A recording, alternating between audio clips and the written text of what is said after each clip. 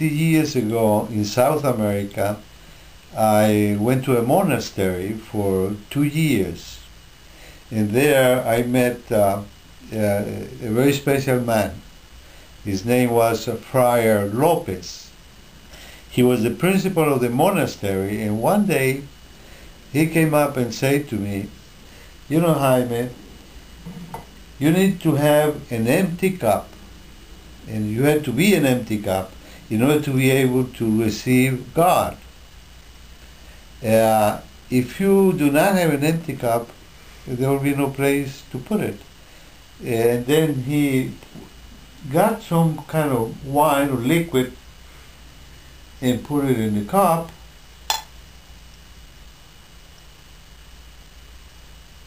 And then he said to me, if your cup is full, you cannot put anything in it.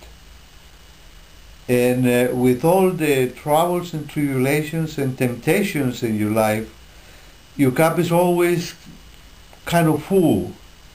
So there is no place for God. So you need to have an empty cup in order to be able to receive God. Father Lopez was a very special man. Everyone in the monastery just loved him. He was a saint. If I could comprehend what a saint was, just to look at him, his teeth were white and big and slightly separated. And his smile was so radiant that you could, he was a beautiful person. He really was. Later on, I read a book about St. John of the Cross, which is one of the doctors of the Catholic religion on meditation, and he spoke about the nada concept, which is the concept of nothing, which is exactly what Friar Lopez was telling me about an empty glass.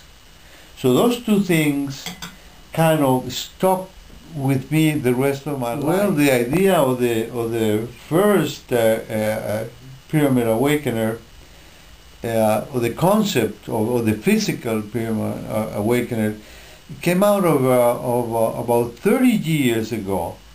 I ran into a book, and then it was about an Indian boy that was in search for the spirituality, as I always have been, and he could not find it. He was very difficult. He was not in a monastery or anything like that. He was just going doing his things at the age that they were doing, but he was always longing for God. And he went through a lot of troubles and tribulations trying to find this peace and this spirituality, till he went and talked to an old wise man. And this man told the boy, to say, you know, go to the nearby pond and look at yourself in the pond. Look at the water. Look at the reflection of yourself in the water, and stay there quiet and trying to find yourself there in all peace and tranquility. And after that, just touch with your finger in the pond and see the ripples, how they spread all throughout the pond. And that stayed together with me, with the empty cup and with another concept. And now we have this other beautiful concept of an image, of a mirror or something in a pond. So now we have three things. Well, I had three things at that particular time. I'm talking about 30 years ago.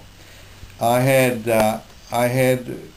the advice, the wisdom of Friar Lopez.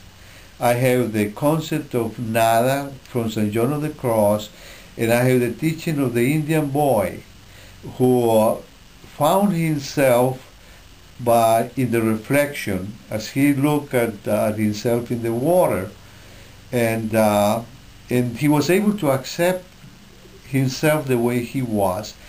He was looking for God outside of himself, and he found a lot of problems because of the things of the community, the father, mother, everything that happens in the community distracted him from himself. So, and he had problems with himself. So in the pond he found himself in solitude, so he was able to reconcile himself and be at peace with himself. Now, in that same principle of the reflection on the pond, on the water, I thought that by using a mirror in